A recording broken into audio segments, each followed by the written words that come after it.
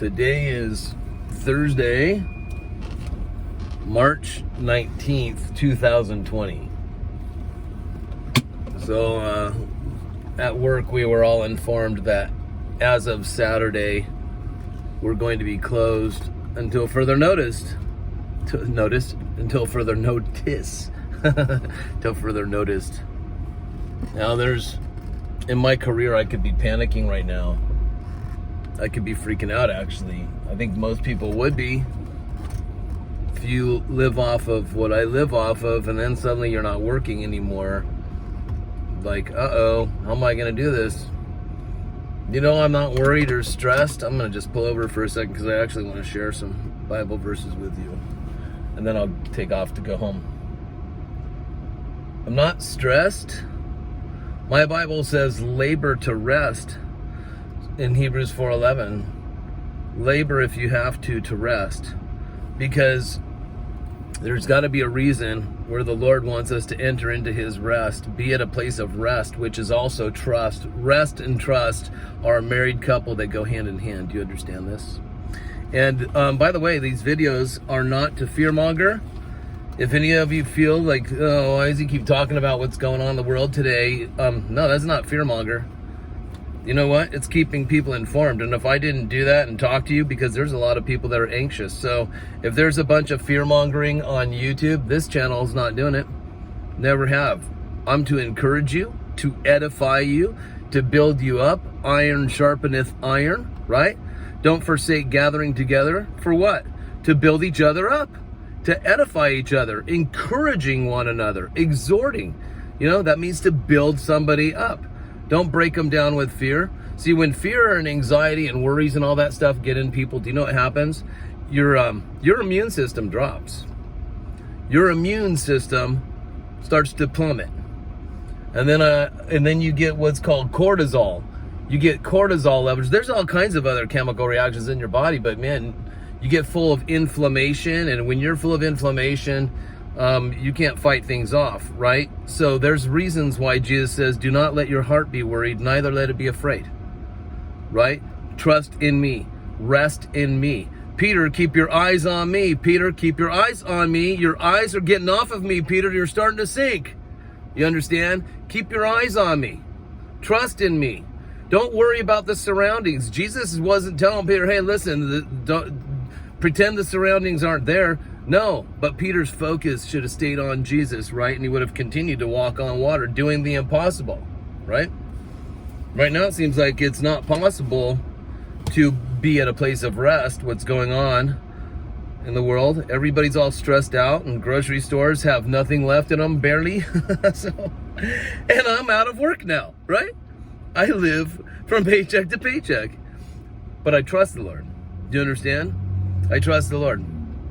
I'm not thinking of, should I just try to get into, maybe I should sell drugs or something like that. No. However, whatever happens, he's always been there for me. You know, he didn't say there won't be any storms, right? He didn't promise you no storms, but he's with me in my boat, this house, this body. He's in my boat. His spirit's in my boat. I'm with him. In the boat, Jesus was sleeping on a pillow in the stern of the boat. He is resting his head inside of my spirit. I am at rest with him. I am trusting in him, in his power. When you rest with him and trust with him, man, watch the power flow, because you are pulling back that ego, right? The ego isn't just about how inflated you are. It's also how deflated you are. Oh, I'm so scared. See, the ego, it's proud and boastful, but then it also gets scared and worries and enters into fear. That's why Jesus says, don't let your heart be worried. Don't let it be afraid. Trust in me. Keep your eyes on me. I will quiet that storm in your life, and watch this. I'll make greater things happen in your life during this storm. I believe that right now. Do you know, I'm actually expecting great things right now.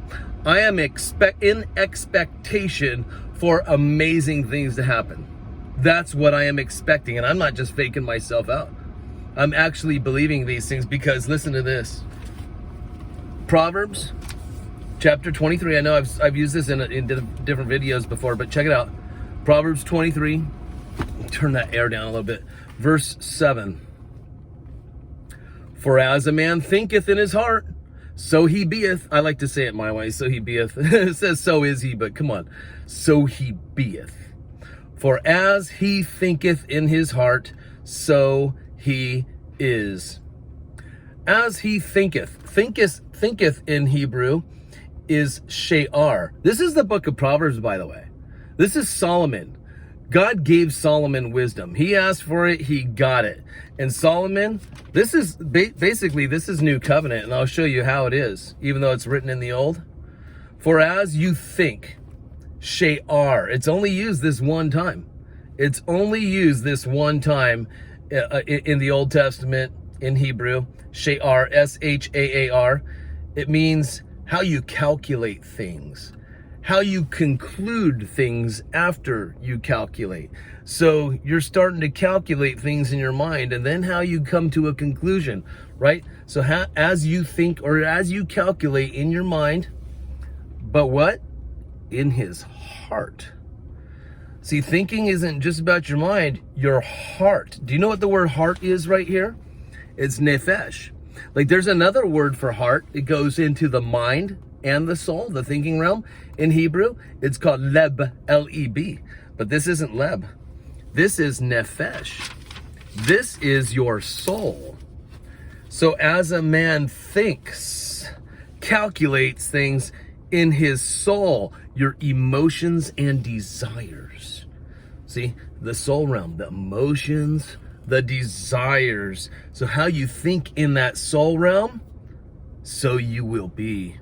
So is he. This is the Hebrew word ken, right? It means so is the outcome. So is the product of what you'll be, right? The outcome, the fruit of your life, the outcome. That's what the outcome is, the fruit, right? You understand that? So how does this Old Covenant verse, Old Testament verse, tie in with New Covenant? I'm going to take you to Paul. Because Solomon, filled with wisdom in the Old Covenant. Paul, New Covenant, man, this dude, even Peter was blown away by by Paul's wisdom and insights that were given to him. Paul had the most radical revelation of grace than anyone I've ever read about, besides Jesus Christ himself. Romans chapter 12, verse 2. Paul says this, be not conformed to this world, but be you transformed by the renewing of your mind. What does it mean to not be conformed to this world? What do you mean? What's he mean by the world? The world in Greek is A-I-O-N. It's spelled ahion. Ahion, right? You can say aion, ahion. It means the times that we are in. The times that you are in. These present times right now, don't be conformed to them. What does conform to them mean? Conformed.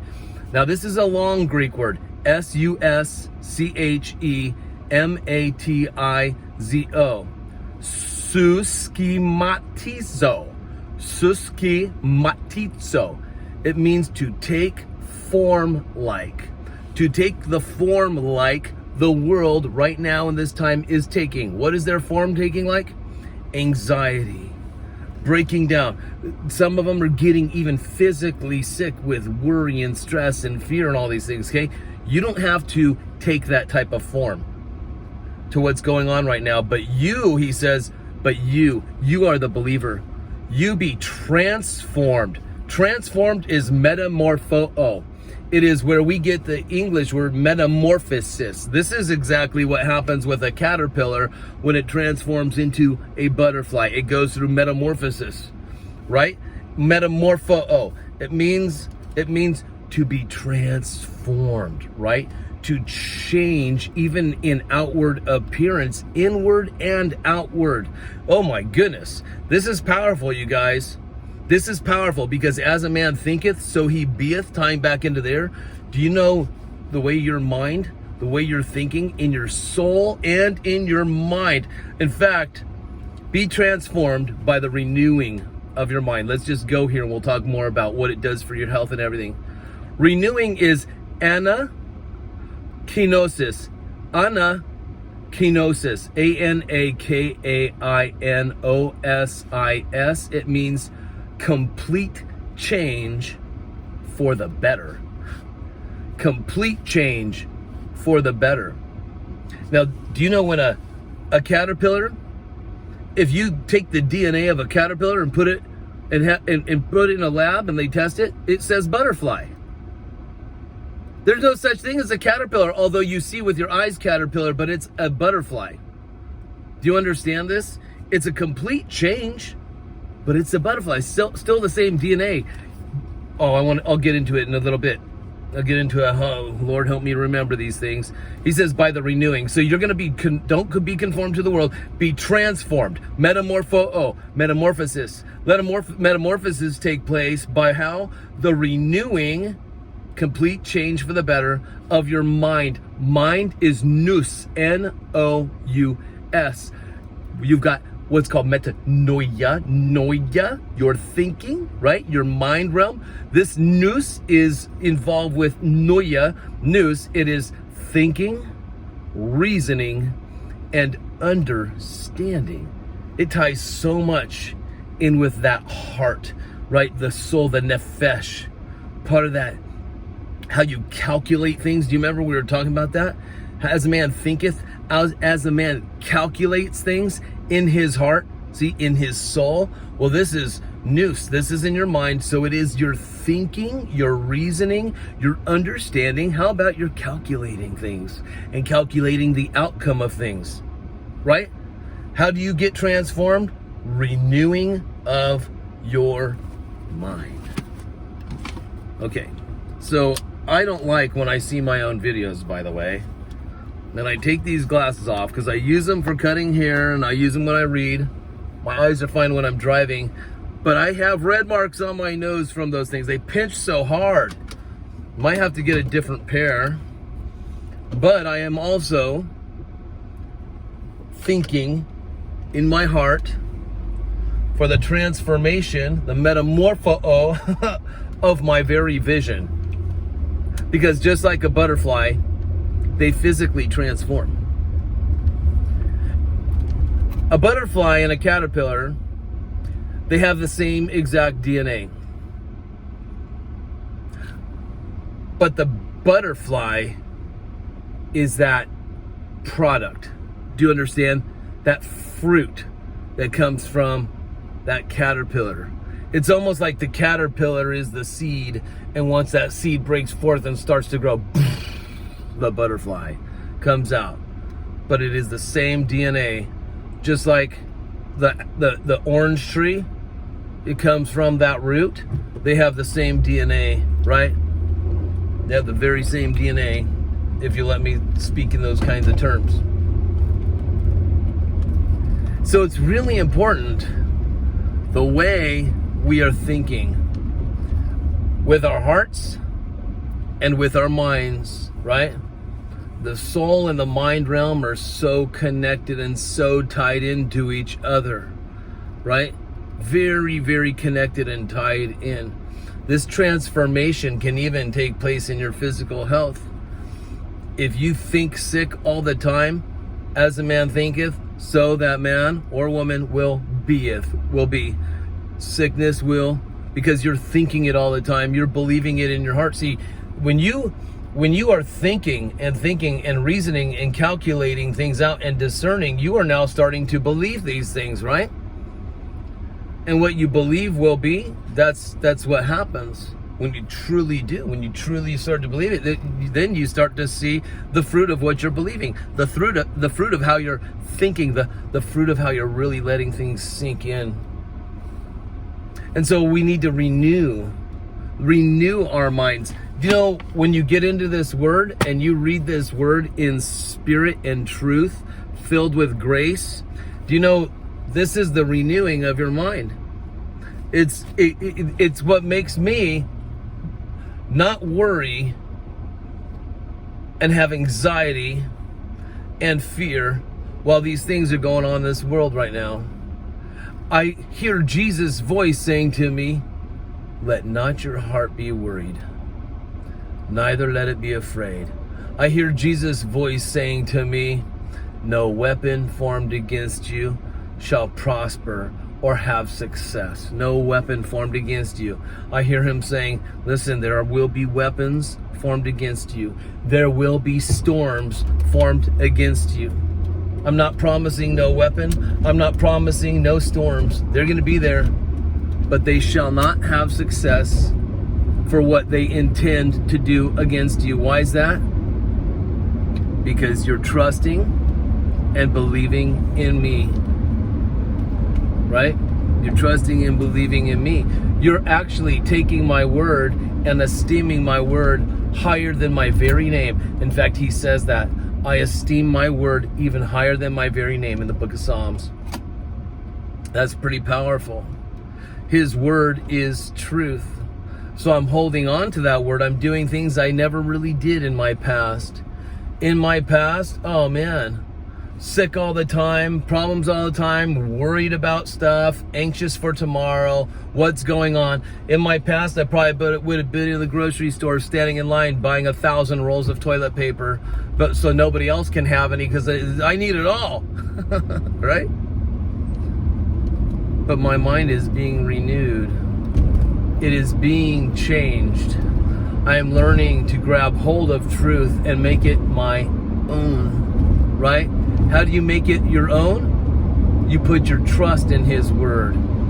When you take trust and you combine trust with faith, do you know that makes you a believer? Did you know when you take believe and trust and you join those two together, that is faith? They all go hand in hand, my friends.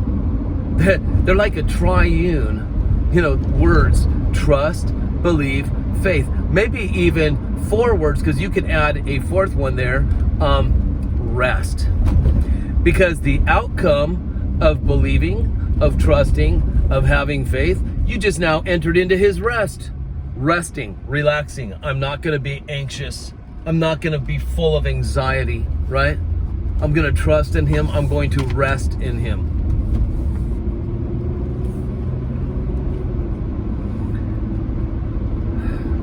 Here's something that the Lord was sharing with me this morning. It's a very different way of thinking. It's a renewing of my mind. Do you understand? Let me share with you something that I want you to kind of tune into. All believers, we really want to be more like Jesus, right? In this world. We want to be more like Jesus. Those that don't want to be like him, sorry, you're not a believer then. Believers are not just saying, believe he saves. They believe that they want to be, that he lives in them and they want to be like that, right? So you're learning to tune out of the flesh and tune into the spirit. Tune into the spirit. I want to be more like Jesus. But what about this? Let's just give you a new thought. I don't know if you ever thought this before. How about, what would it be like if Jesus was you? Okay, what would it be like if you were Jesus? Yeah, awesome.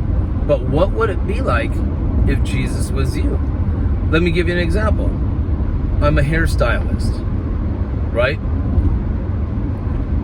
So, what would it be like if Jesus was Michael Lehre at the hair salon? What would that be like? And when I started thinking like that, I think something started changing. I'm like, wow, what would it be like if Jesus was actually me, right? I mean, the scripture do say, as he is, so are you in this world right now. 1 John 4:17, as he is, so are you in this world. So as he is in spirit, so are you in spirit in this world, right? Just like the caterpillar and the butterfly. Same DNA. as the butterfly is, so is the caterpillar in this world. Of course, though, the butterfly is that ultimate place that the caterpillar wants to be, right? The fruit, if you will, of that caterpillar. So, of course, we say we want to be more like Jesus, right? That's beautiful. But what if Jesus just was you? And now your way of thinking, once you grasp hold of what I'm saying, I actually don't even know if I fully comprehend it just yet, but it is doing something. I am doing what I call chewing the cud of something that the Lord has shown me. Chewing the cud means that you are meditating on God's word. You're partaking of something, and maybe you don't get all the nutrients of it just yet. So like an animal that chews the cud, they take a ball of food, they chew on it, they swallow it down, and then it comes back up. They call it regurgitation. They start to chew more, they swallow it back down. It's a digestion and breaking down of nutrients so they can get all they can out of this one wad of food. So sometimes processing things, come with time. Like, we'll probably get more and more into this eventually, where it'll just blow us all away. You understand? Now, I think I just heard a religious voice in my ear say, "Oh, okay, Jesus, what if he was me? So I'm a bartender. Are you saying Jesus would be a bartender?" Well, Jesus was an awesome bartender. The very first recorded miracle that Jesus ever did was basically a tend bar. He comes to a wedding, and his mother, Mary, they ran out of wine. Not grape juice. They ran out of alcohol, okay? I did the research. It ain't grape juice. Because what Jesus does is they ran out of wine, meaning they drank it all, gone. And now, instead of going in there and condemning everybody like a religious man would and say, "You bunch of drunks, you bunch of drunkards, drinking too much, well, let me turn all your wine that you might have left over, that residual stuff, I'm going to turn it into water. You need water." Actually, he did the opposite. He took a bunch of water and he turned it into the best wine they ever had. See, the host of the party, he understands something. He understands that when people throw a party and there's lots of guests there, they will first serve the most expensive wine. Not the most expensive grape juice. Come on. Oh, give me a break. I can't handle this. All right, then tune out. Usually they serve the best first, the top shelf stuff first. And then when everybody's intoxicated and they don't know the difference anymore, you serve the cheap stuff. And they still think it's the good stuff. They can't tell because they're already intoxicated. But Jesus does reverse.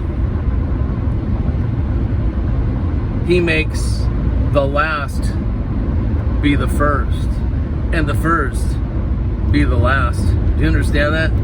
He says that, and it can apply to so many things, I'm telling you. So yeah, what would it be like if Jesus was a bartender like you, if that's what your job is? It'd be pretty awesome. Now I can hear the other voices. Okay, well, I'm a paid hitman. I shoot people for a living. So are you telling me that Jesus, he'll be the best hitman there is? Well, no, my friend. You actually need a mind change. See, you're the one that needs the renewing of your mind because your thinking is off. Well, what about a drug dealer? Okay, would he be the best drug dealer? Once again, you need a mind change. But if he was a pharmacist, if you're a pharmacist, and Jesus was you for that day, what would that be like? Oh my goodness, I bet that would be awesome. I bet people would come in to get medicine from you, and you'd say, hey, I got you something. Here's something even better. And you touch their hand, and whoosh, everything you ever had got wrecked by the root and exited your body, and suddenly health is restored to you.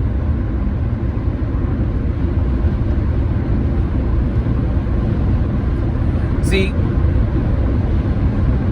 some people don't understand that as a man thinketh, so they are. Some of us don't understand that if we actually look into this book and start really, really nourishing our minds, feeding our minds, because you are what you eat. As a man thinks, so he be. So what is your mind feeding on? You are what you eat. You understand that saying? How about healing?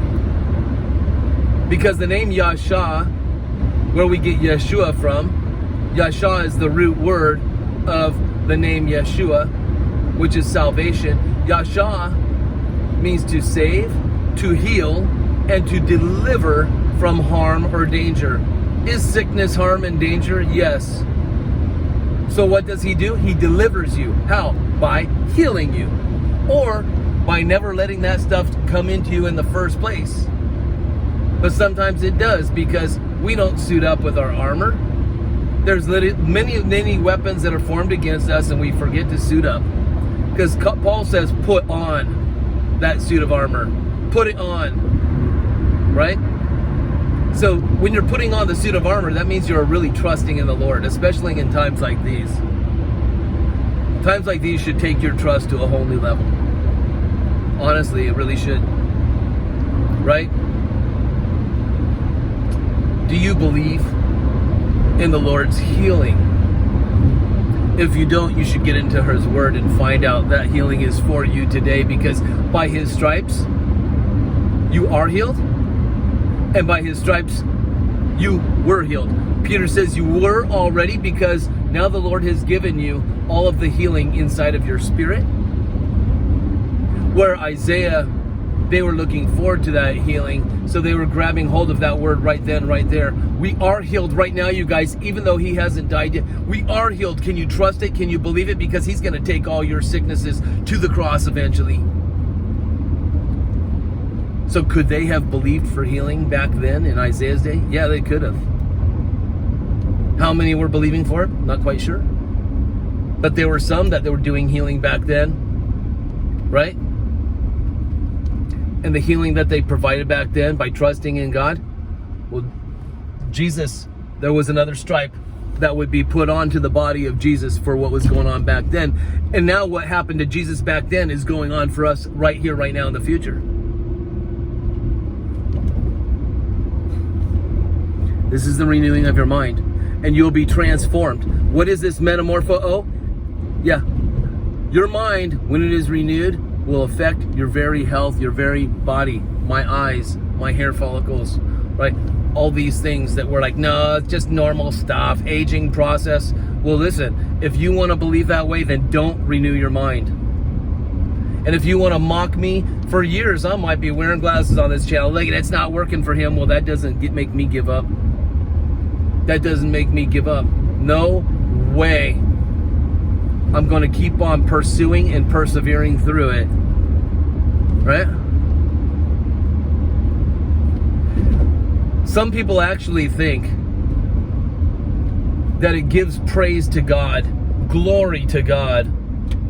Their sicknesses bring God glory, because their minds got corrupted by religion somehow, and I don't know why they believe these things. Wow, it's scriptural. Yeah, prove it. Prove it as new covenant, spirit-filled scripture. You prove that. It gives God glory for you to be sick, right? Well, if it does give God glory, then why are you trying to get medicine from the doctors? Why are you trying to eat right to stay healthy? Why are you exercising? You're taking away the glory of God that He wants from you by making you sick. So quit resisting it, you who proclaim it's for His glory. I think people proclaim it because they have given up and they're not persevering and pushing through and believing for what his word says. And sometimes it takes two or more coming together, right? Maybe you're just not getting that. It's not connecting, that healing, whatever you do. Well, then you need somebody that is a believer for it. Somebody that has no fear, that says, you know what? I'm not afraid to get my hands dirty. Oh, you got something contagious on you? Well, watch this. I will touch that very contagious thing so it can know that I am not afraid. Because the power inside of me is much stronger than that contagious thing on you. So instead of being afraid of catching what that person has, like Jesus, was he afraid to catch the leprosy? Or did the leper catch what Jesus had? And Jesus says, you will do greater things than even I have. Those who believe in me, these signs will follow. Are you believing? Are you thinking? Are you renewing your mind with his word that he esteems higher than his very, very name? You will be transformed. Do you understand? The leper was transformed. The caterpillar, what seems to be a caterpillar, no, that thing's been a butterfly all along, but now it has manifested into what it ultimately was supposed to be. And you, my friend, will manifest. It means to appear to be what you ultimately are supposed to be. When you renew your mind. See, your spirit was already joined to the Spirit of the Lord as one. Your spirit doesn't need any renewing. It is your mind that needs renewing. Your mind is like a water faucet. Your spirit are the waters that flow out of the faucet. The waters are already there. They're always there. But your mind is that faucet to turn it on, right? Turn on those waters. And the faucet, you connect a hose to it, don't you? Right? Unless you just want the water to come out of the faucet. Now the faucet is like your soul. But if you connect the hose to it, I like the hose better because the hose, you can carry it and bring it to trees. You can water trees. You can take from your spirit and have it go through your soul and water, spirit filled.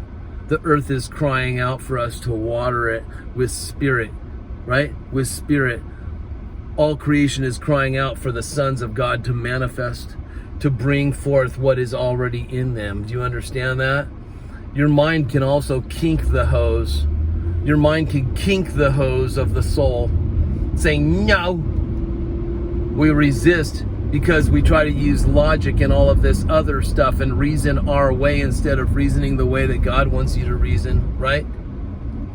Your soul is that reasoning area, that emotion area, but your mind triggers it to kink, right?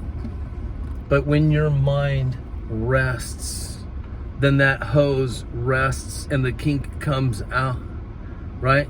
And the rivers flow right through that hose. You understand these things? Do you know, David had a Goliath, a giant in front of him. Now, the Spirit of the Lord did not tell David, just pretend that the giant is a tiny, tiny, tiny little grasshopper and you'll be okay. That's not what the Spirit of the Lord told David. No. What David did was trusted in the power of the Lord against the giant. The giant was making big boasts about himself, but David was making big boasts about the Lord. And that giant went down. You understand this? Joshua and Caleb, they're supposed to go into the land of Canaan. Canaan, right?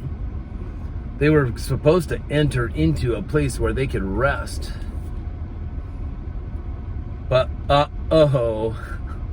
what the heck? There's giants, sons of Anak, giants in the land.